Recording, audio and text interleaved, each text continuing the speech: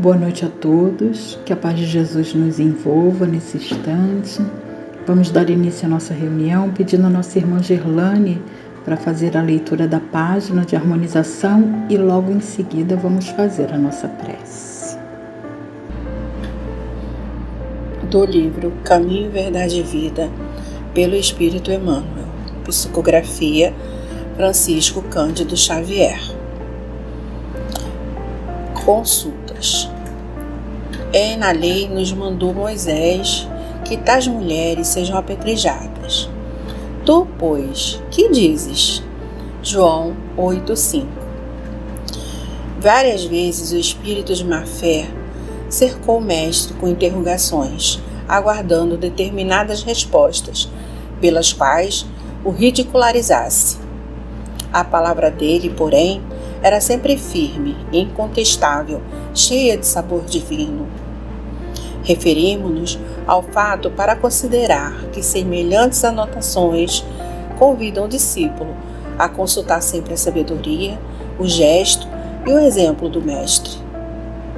Os ensinamentos e atos de Jesus constituem lições espontâneas para todas as questões da vida. O homem costuma gastar grandes patrimônios financeiros nos inquéritos da inteligência. O parecer dos profissionais do direito custa, por vezes, o preço de angustioso sacrifício. Jesus, porém, fornece opiniões decisivas e profundas, gratuitamente. Basta que a alma procure a oração, o equilíbrio e a quietude. O mestre falar-lhe-á na boa nova da redenção. Frequentemente surgem casos inesperados, problemas de solução difícil. Não ignora o homem o que os costumes e as tradições mandam resolver. De certo modo, no entanto, é indispensável que o aprendiz do Evangelho pergunte no santuário do coração: Tu, porém, mestre, que me dizes a isto? E a resposta não se fará esperar como divina luz no grande silêncio. Obrigada, Gerlane, pela leitura da página. De corações acalentados pela mensagem ouvida, vamos fazer a nossa prece.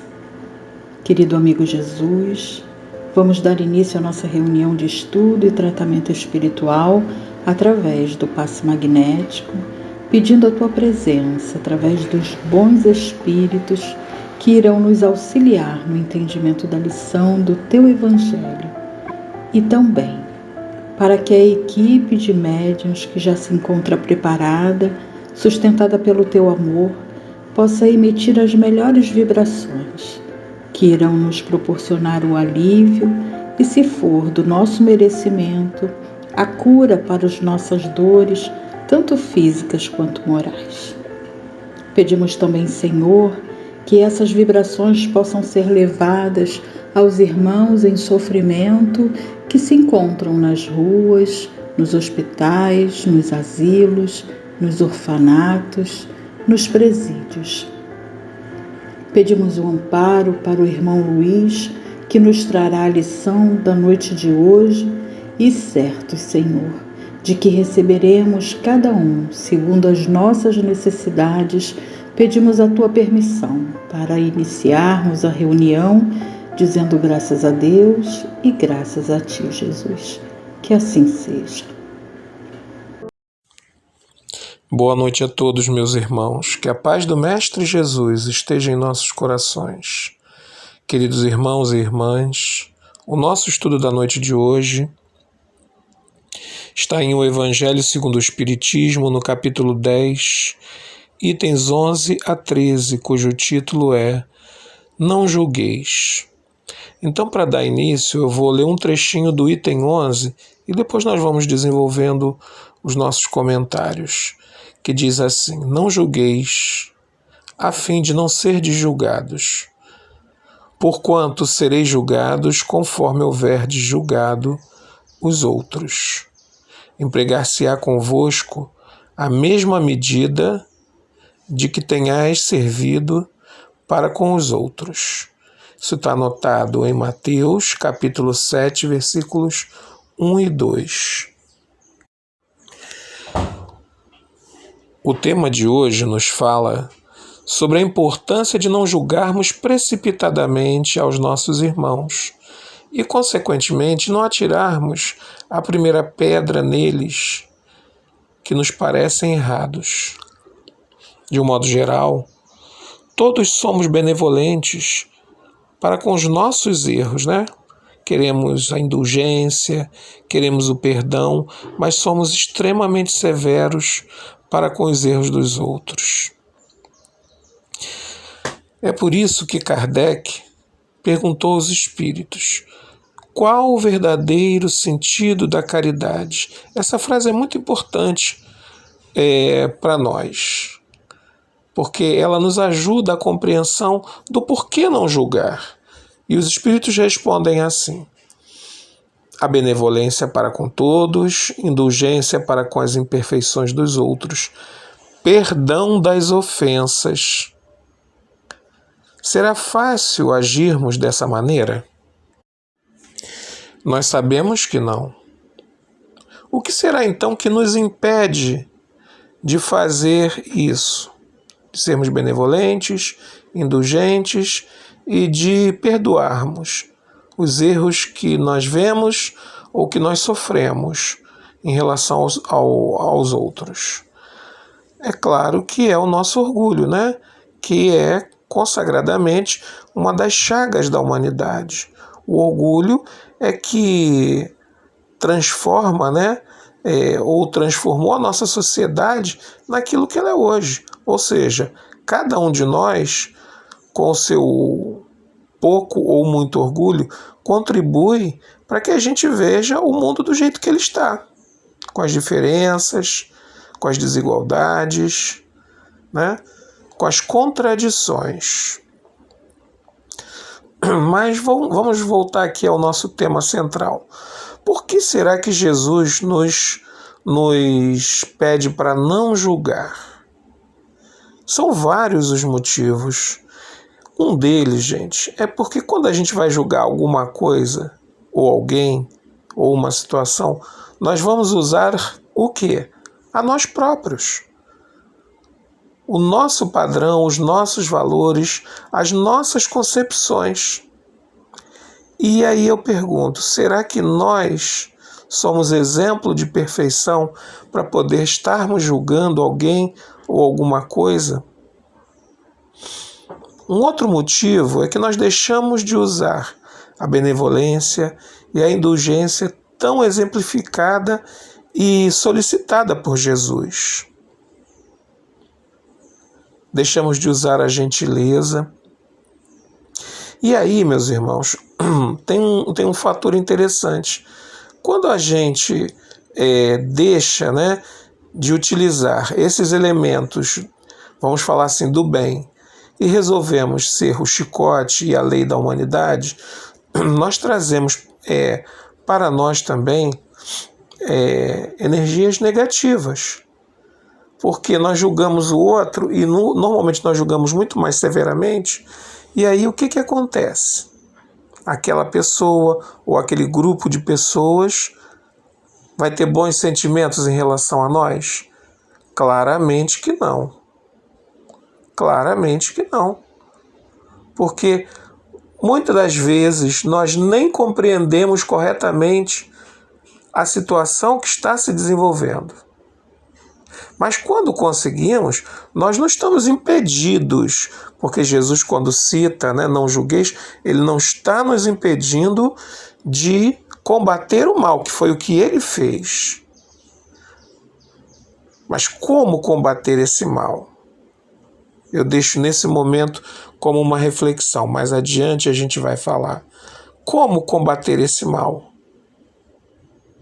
É usando da precipitação, dos nossos valores ainda equivocados, ou pelo menos não perfeitos? E lembremos, né? o julgamento que a gente faz do outro, o outro também faz de nós. E o não julgamento precipitado é uma forma de autoproteção, porque a gente deixa de se envolver com sentimentos de baixo teor vibratório. A gente tem que censurar o mal no sentido de quê? Da correção e da caridade. Nunca no sentido de expor a pessoa ou a prática ou as práticas do mal. Nunca no sentido de fofoca, nunca no sentido de que nós apareçamos como exemplo de alguma coisa, porque nós não somos ainda.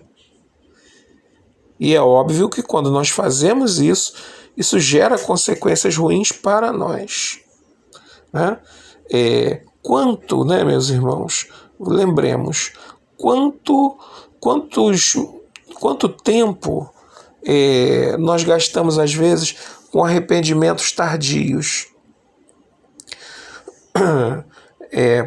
com agressões vibratórias adquiridas à custa das nossas próprias observações, censuras, mal conduzidas. Lembremos, o que fizermos a outrem também fará a nós. Nós temos um mau hábito, né, de querermos mostrar que estamos sempre certos, quando na verdade nós não somos criaturas ainda integrais. Nós acertamos em muitos pontos, mas temos equívocos em outros. Até porque nós não temos ainda o conhecimento de tudo. Nós não temos a nossa inteligência tão desenvolvida a ponto de podermos fazer uma avaliação bem fiel do que está acontecendo, do erro que nós estamos vendo. E a gente, às vezes, tem que olhar também o que é que leva àquele erro. Não é só olhar para a casca, né? Ou para a capa. Não, a gente tem que ver o conteúdo, por que chegou àquele ponto. Tem um capítulo no Evangelho segundo o Espiritismo, né, em que ele fala sobre o argueiro no olho do outro. Né, em que ali, no desenrolar do capítulo, ele vai mostrando que nós temos o mau hábito de olhar os problemas dos outros, né, e às vezes nós temos problemas bem maiores e não olhamos e não corrigimos. Então primeiro é preciso, né, antes da gente sair apontando o dedo, antes da gente sair tentando corrigir o mundo e as pessoas, nós precisamos olhar para nós próprios, como Sócrates nos pediu, né, e conhecermos-nos a nós próprios, aquilo que nós somos capazes ou não de fazer, e ir buscando pontualmente ajustar. A gente não vai resolver isso tudo de uma hora para outra. Lembremos-nos, meus irmãos, nós gostamos tanto da indulgência, do perdão, da ajuda divina.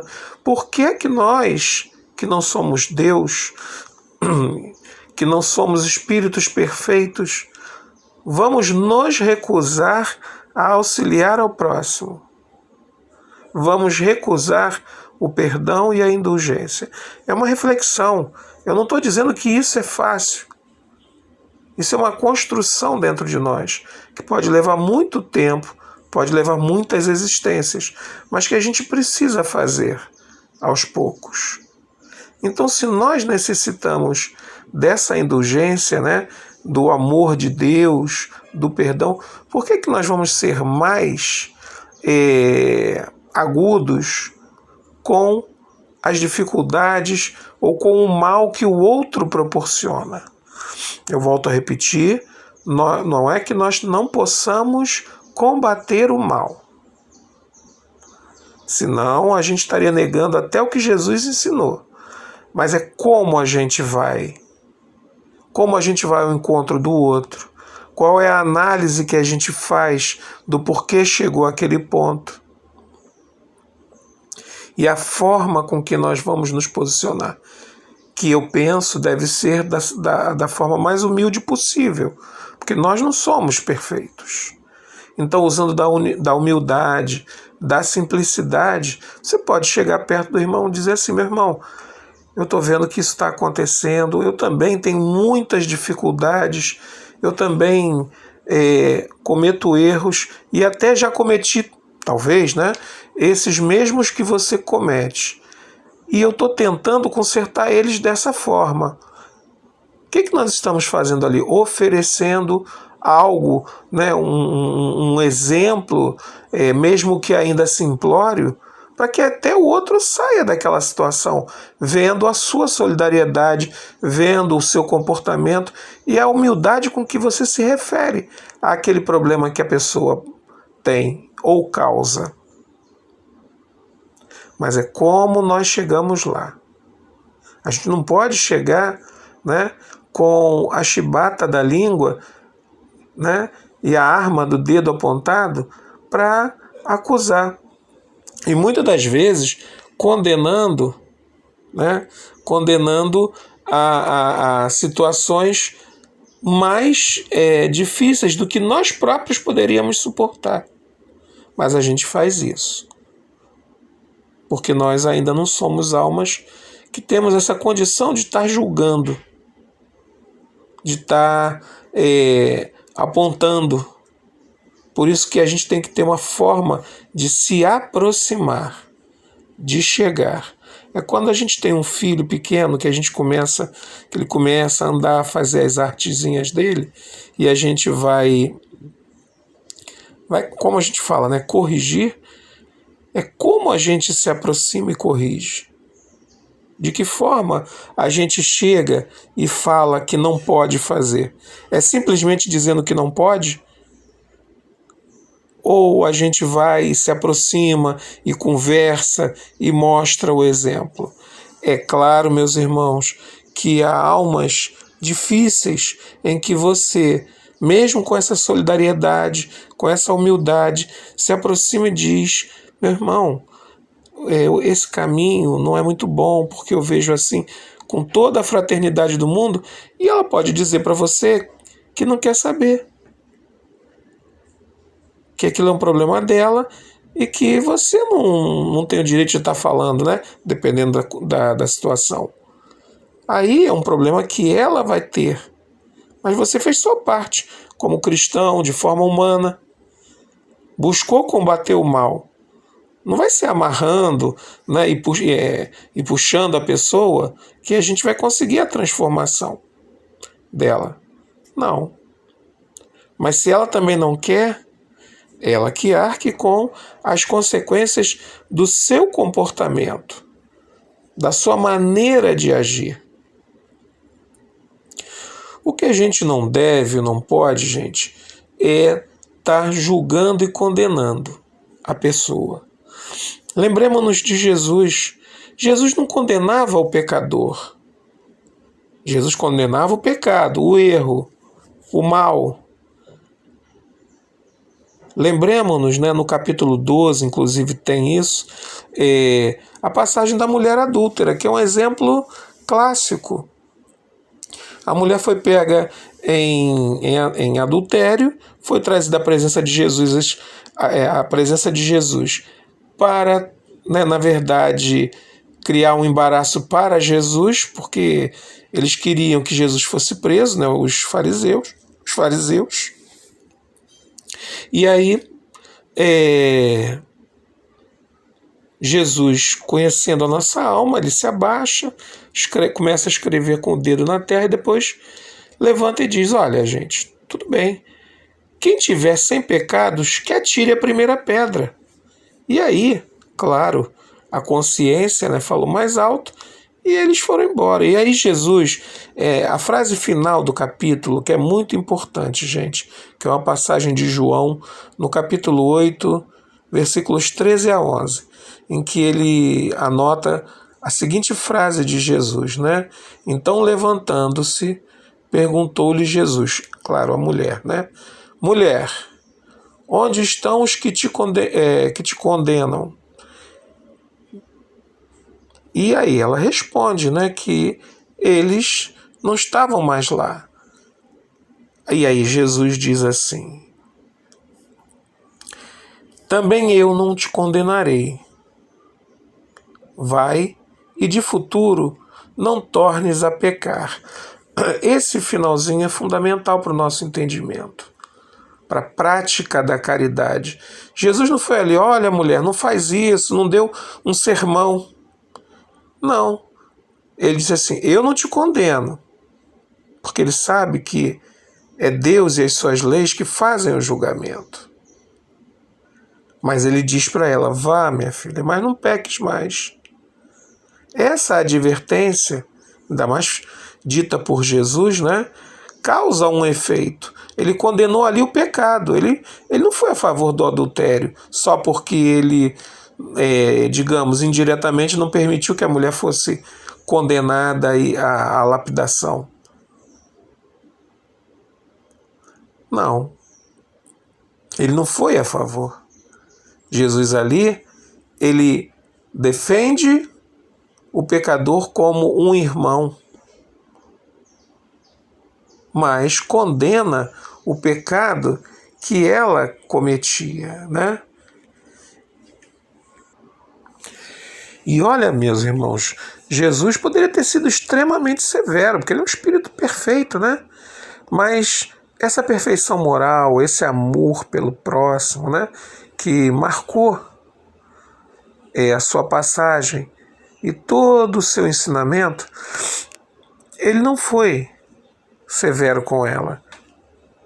E é isso que nós devemos prestar atenção. Nós temos que ser severos conosco, com os nossos erros, com as nossas faltas e buscar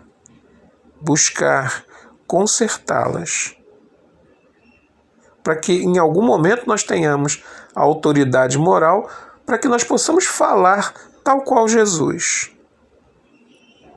A gente não tem que estar preocupado com as faltas daqueles que nos cercam. A gente tem que estar sempre olhando para nós. Isso não é egoísmo não, gente.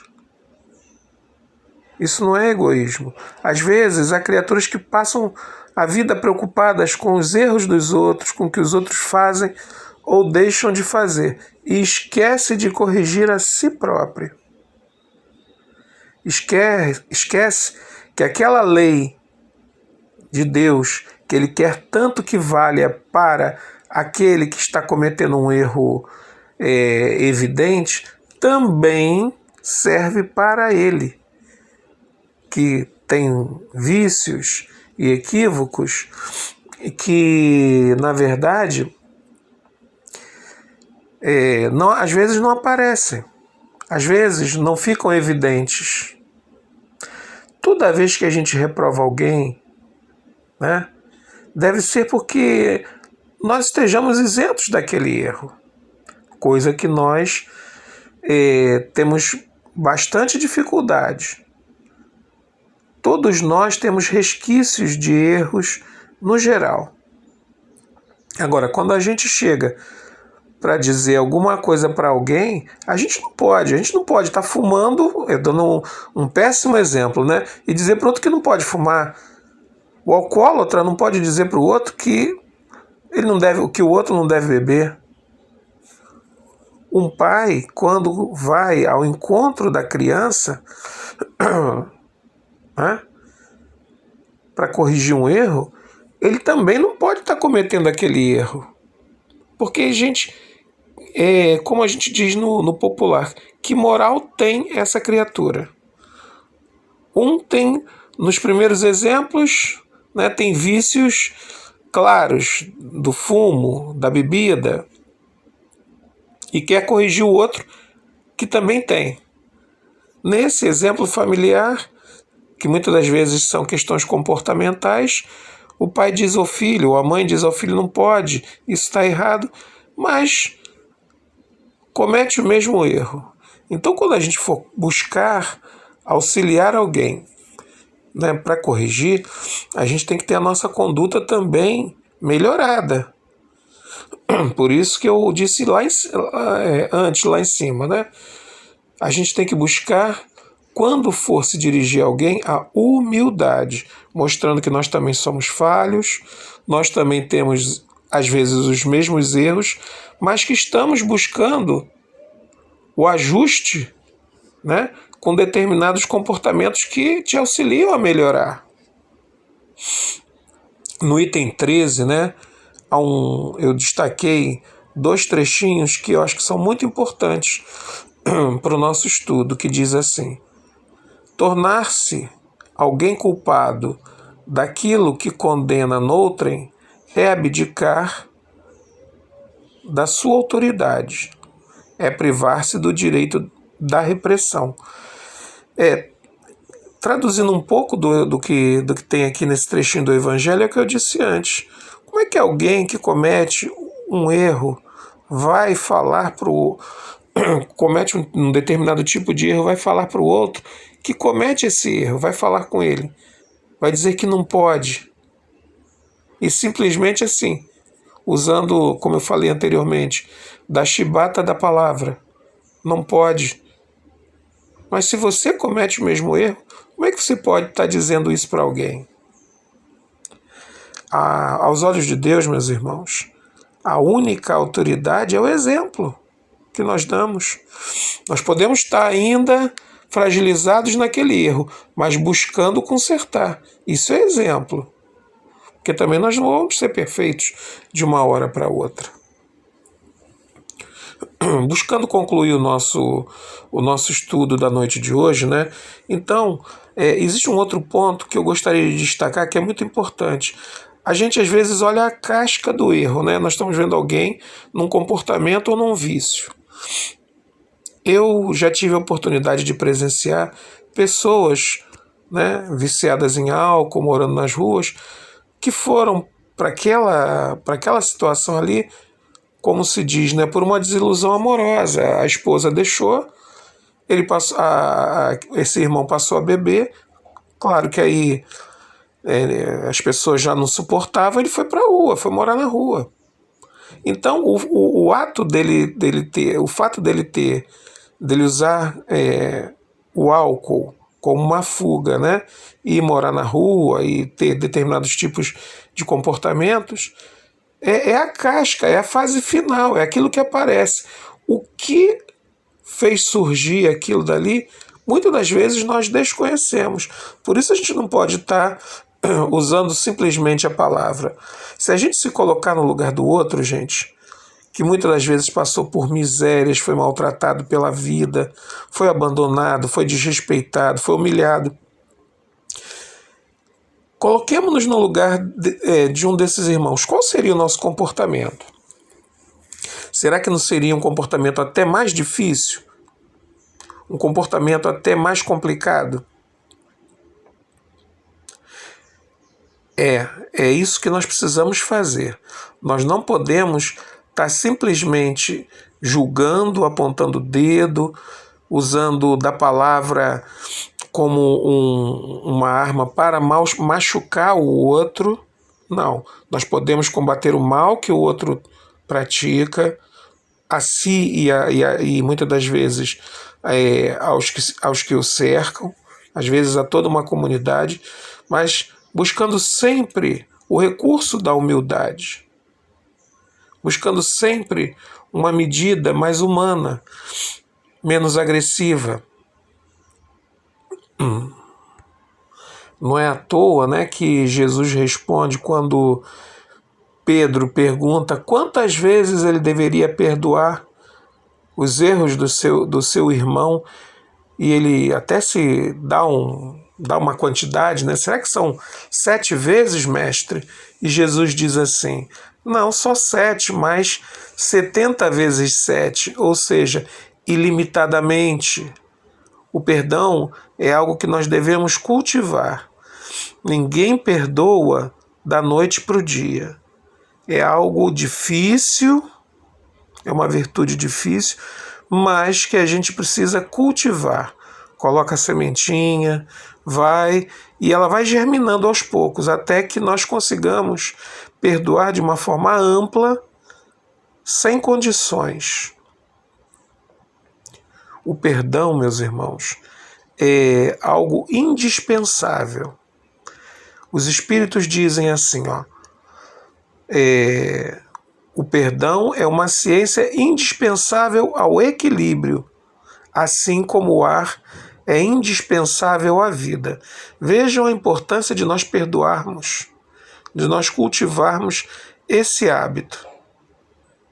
Porque assim, nós, aos poucos, deixamos esse hábito de estar julgando as coisas, as pessoas e as situações de forma superficial, colocando-nos num lugar acima, num pedestal. E aí nós vamos nos humanizando, vamos buscando entender as situações, o que leva a pessoa a ter aquele comportamento que muitas das vezes faz mal mais a ela própria do que aos outros. E aí nós usamos da medida certa no combate ao mal que ela pratica. Que nós possamos, meus irmãos, continuar refletindo nesses estudos que a doutrina espírita traz até nós. É através da reflexão, do pensar, do repensar, é que nós vamos adubando essas sementes do bem que temos dentro de nós e que vamos, aos poucos, fazendo com que elas germinem e nós, consequentemente, soframos menos e façamos mais bem a todos aqueles que nos cercam. Eu desejo a todos uma boa noite, que a paz do Mestre Jesus continue no coração de cada um. Um abraço a todos. Obrigada ao nosso companheiro Luiz pelos esclarecimentos tão necessários a todos nós. Vamos mais uma vez unir os nossos pensamentos e agradecer a Jesus por esse momento. Jesus, querido amigo, te agradecemos pelas lições do Evangelho que nos ensinam o caminho da vida e te pedimos ainda, Senhor, que cada um de nós aqui presentes possamos sentir o teu amor a nos envolver, nos permitindo receber, segundo as nossas necessidades e também merecimentos. Que a tua paz permaneça conosco hoje e sempre. Que assim seja, Senhor. Pedimos então aos irmãos que vão receber o passe, que mantenham o pensamento em sintonia com Jesus através da prece e que possam também ouvir a música até o final.